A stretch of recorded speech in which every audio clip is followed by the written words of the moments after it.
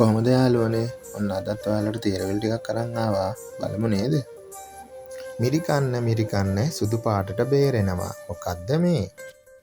ඔයාලා හිතන්නේ මොකක් කියලාද? ඒක තමයි පොල් කිරි. ඊළඟ එක කෙල දාලා කකුලේ අතුල්ලලා උඩ දාලා ගහනවා. මොකද්ද මේ? ඔයාලටත් අමුතුයි වගේ නේද ඒක හිතනකොට? ඒක තමයි ලෙදර් බෝලය. ඊළඟ එක බලමුකෝ.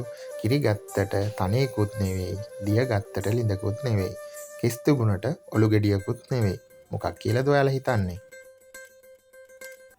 හොඳට හිතලා බලන්න. මොකද්ද ඒ?